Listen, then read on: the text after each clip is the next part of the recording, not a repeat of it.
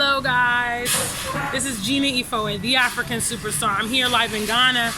As you can see, I'm here at the ANC Shopping Center in Accra. I had the absolute pleasure of spending my afternoon with my newfound friend, Carnita Groves. If you guys remember, a few days ago, I was at the MTN headquarters with a friend named Ayo.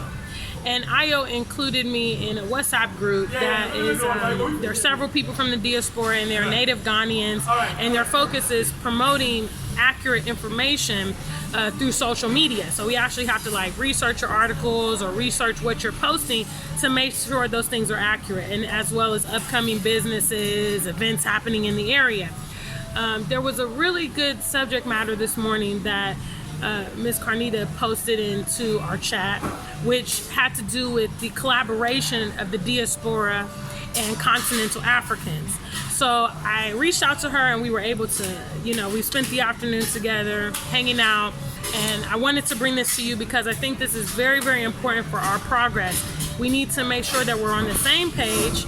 And those that are coming from the diaspora should not be coming to Africa with the intent to exploit our brothers and sisters, and those that are here on the continent should also not be seeking to take advantage of those that are looking to invest and come. We need to communicate and build and work together. So it all starts with these type of dialogues, and I want to make sure I do my part on my platform to illuminate that. So please welcome Miss Carnita Groves. There she is.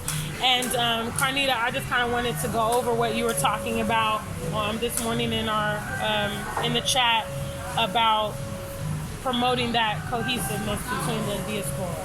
So yeah, take it away. Well, you touched on it a little bit in terms of not exploiting each other, not taking advantage of each other. And what's missing right now are programs that can be structured. There we go. There, hey. You guys can see us both now. Woo! Here we go.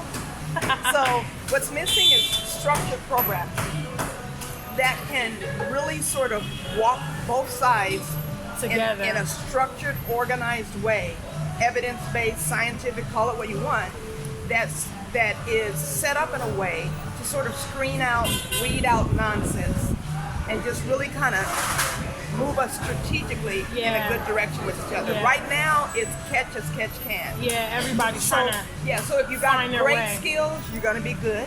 If you don't, good luck with that, right? And so if you have something structured, it can sort of counterbalance that. I see. So where do you think we start? Like, should we start an organization, or is there anything already? Because Carnita is living here in Ghana. She's been here for 5 years, correct? 5.5. Coming from 5.5, so that's almost 6. Because after 5, you round up. Right. She came from Colorado, so she moved out here to Ghana, and I mean, just look at her. Her skin. I mentioned that to her, that her skin was just glowing. I'm just like, man, the motherland looks good on you, homie. I need to be here myself. Yeah, but. So what's kind of going on in the Ghanaian side in terms of this? Like, are there any programs existing right now, or was that kind of just more or less a thought you were having as far as we should be developing something along those lines? Well, to my knowledge, there aren't any formal programs, to my knowledge. But there are a lot of people doing things on their own. Yeah, like teaming up with local people. Yeah. So there are a lot of Ghanaians who are just kind of doing one-on-one situations, case-by-case situations. Yeah. And we're all experiencing that. And that's great. That's beautiful. The issue is that if we have, in different places throughout Ghana, if we have clusters of Ghanaians who are conscious, who are aware, who are mobilized to help receive us, the repatriation can be more seamless. Yes, I agree with you. And we can get a lot more mileage out of what we have and how much time that we have here. So you're not going to have somebody who's 7 years still trying to buy land, still trying to do this. Yeah. Maybe you'll have somebody who's 2.5 or 3 years or 4 years, because you have pieces in place that are structured strategically to get them there. So there's things that are here, but I'm not aware of anything actual. Yeah. So guys, I always talk about on my platform being part of the solution. and not the problem.